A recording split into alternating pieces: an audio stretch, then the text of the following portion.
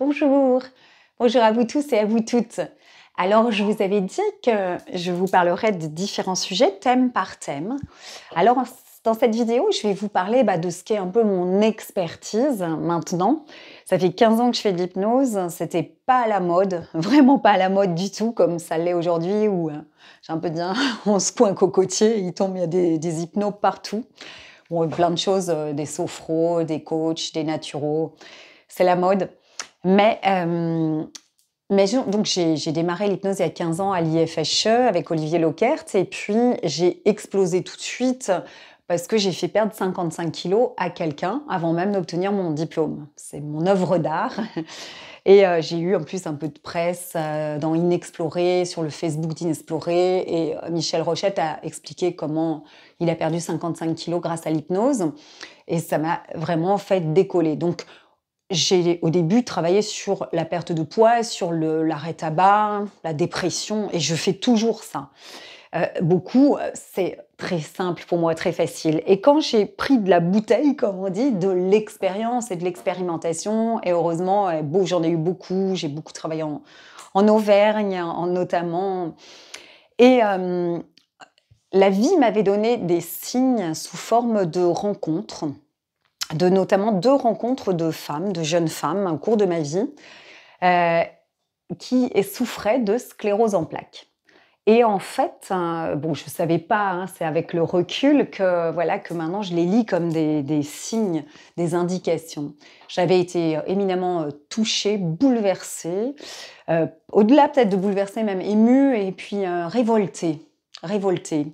Et en fait, c'était comme si voilà, ça m'indiquait que je ferais quelque chose pour, pour aider les gens atteints de cette pathologie.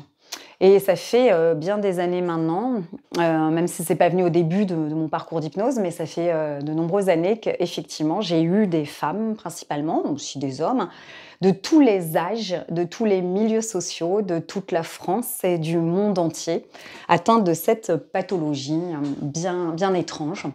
Et je travaille également sur la maladie de Crohn, sur tout ce qui est pathologie auto-immune, puisque c'est la même chose, c'est le même principe. Donc avec le nombre des expériences, des gens en plus à tous les stades et les degrés de l'évolution de la maladie. Alors comment je procède sur la sclérose en plaques spécifiquement, sur une maladie auto-immune, mais même j'ai compris que le protocole il fonctionne, que j'accompagne les gens qui ont des cancers. Là j'avais Reine qui a une récidive de cancer du sein. J'ai eu Frédéric qui avait un cancer de la prostate. Bien sûr que les gens sont tout à fait accompagnés d'un traitement allopathique, avec chimiothérapie, radiothérapie.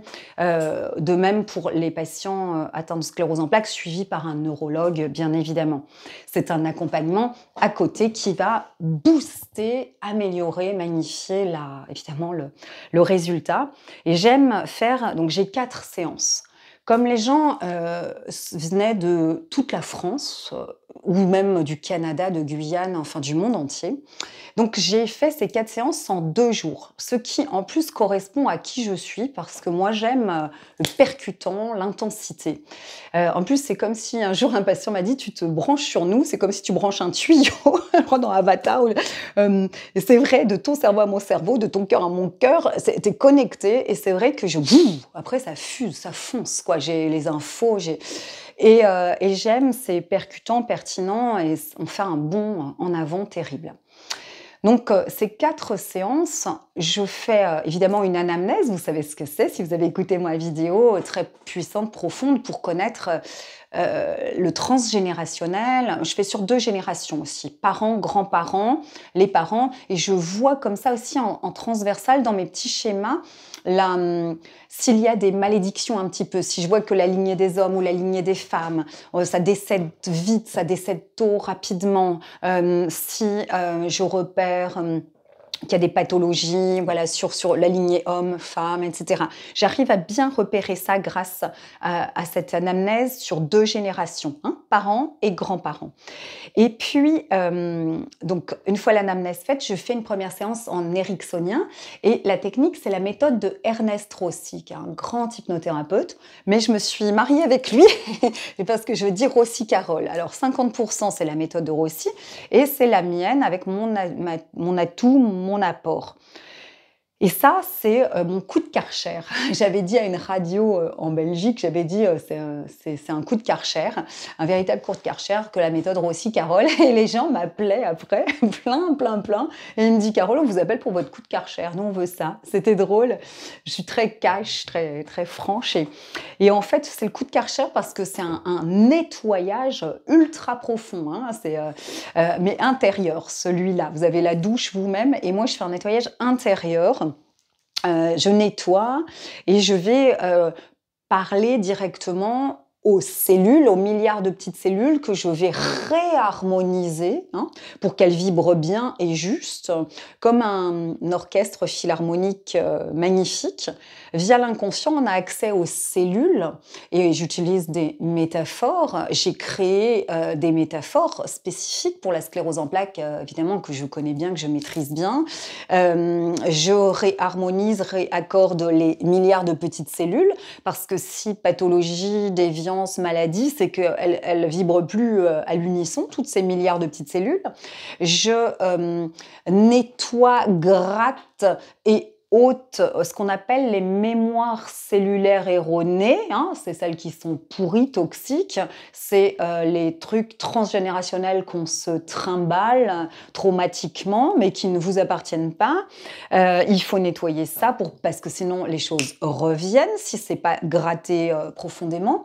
Et je fais la reconnexion des brins d'ADN, si vous voulez. C'est la même technique qui s'appelle la reconnexion d'Eric Pearl. Donc ça, c'est mon apport. Donc c'est un véritable nettoyage en profondeur, coup de Karcher, pour reprogrammer. Ça, c'est la séance numéro 1. Donc nettoyage, reprogrammation grâce aux métaphores que j'ai créées. Séance numéro 2, on fait un travail en hypnose humaniste, complètement différent. On dit qu'on va en conscience majuscule, mais ça c'est le jargon de l'hypnose humaniste. En fait, je travaille toujours avec l'inconscient, c'est de l'hypnose, et vous savez que l'inconscient, son langage, c'est les rêves la nuit. C'est un monde comme Alice au pays des merveilles, un monde onirique de rêves. Alors, on appelle ça, nous, ça va être comme un rêve éveillé guidé, mais en réalité, c'est le langage de l'inconscient. On appelle ça des symboles. C'est de la thérapie symbolique en hypnose humaniste. Alors, on va donc travailler sous cette forme de thérapie symbolique. C'est à la fois beau, à la fois doux, très efficace. Et ça va être quand je dis un symbole, un rêve, c'est peut-être un jardin, un décor, un paysage. Mais ce symbole, ça peut être de la musique auditive, des sons, des bruits de nature. C'est peut-être des sensations de flotter, voler, de doux et cotonneux comme un nuage, d'odeurs subtiles de parfum, kinesthésiques. C'est égal, il y aura tout ça. Et c'est vous qui allez me raconter. Je ne suis pas dans votre rêve, c'est votre rêve, c'est celui du patient. Mais ça s'appelle un symbole. Le symbole, il est OK ou il n'est pas OK? C'est-à-dire c'est top, bien, tout ça, ou c'est pourri, moche, burk, ou c'est moyen. OK? Voilà, c'est binaire pour une fois. C'est bien, c'est pas bien, c'est médiocre. Quoi qu'il en soit, moi, je vais travailler avec ce matériau de votre rêve, de votre symbole. Et ce symbole, c'est vous qui allez le transcender, métamorphoser, magnifier, qu'allez faire waouh, un truc sublissime, ou le changer complètement pour, de toute façon, je vais vous accompagner pour que ce symbole, il soit plus, qu'il soit une splendeur. J'ai toujours la luciole en prend plein les mirettes, c'est une pure merveille. La rémission, la guérison, le changement, la magie opère dans la métamorphose, transformation, magnification, je ne suis pas sûre que ça existe, de ce symbole. Et moi, je vous accompagne pour ça, c'est mon rôle. Donc, je vais faire ça. Je vais aussi couper et nettoyer le transgénérationnel, du papa, de la maman, des grands-parents, etc. Ce que j'ai repéré en anamnèse, je vais le faire de nouveau en humaniste, sous cette manière symbolique. Donc, c'est encore un nettoyage, si vous voulez, une magnification, une transformation sous cette forme de rêve éveillé, donc thérapie symbolique en hypnose humaniste qui va ensuite descendre dans la matière, matérialité du corps et de la vie. Ultra efficace, en plus merveilleusement beau à vivre ensemble. Très beau partage. Ça, c'est notre séance 2. En séance 3, je vais utiliser quelque chose qui s'appelle la méthode SCORE. C'est de la PNL pure et dure. C'est magique. J'ai des révélations. En plus, on se connaît comme une pâte à pain là, que j'ai pétrie. Je l'ai mise, donc on est plus intime, le mot est trop fort, mais on se connaît mieux, on se fait confiance, on se connaît, voilà, c'est presque zone de confort, etc. Donc, cette méthode SCORE, il y a une dissociation. Il y a le patient qui parle, il y a je, en fait. Par exemple, Carole parle et dit « Carole, tes problèmes, c'est quoi? Et les causes et tes objectifs ?» Et Carole va dire « je ». Et je vais physiquement déplacer et il y a, je dis, l'ange gardien de Carole. C'est la dissociation. En PNL, on dit la position méta. Et l'ange gardien, en tout cas, va dire, lui, Carole, elle a ça comme problème, elle a ça comme difficulté, elle traverse ça, Carole, elle est comme ci, elle est comme ça, ou Carole tue, peu importe.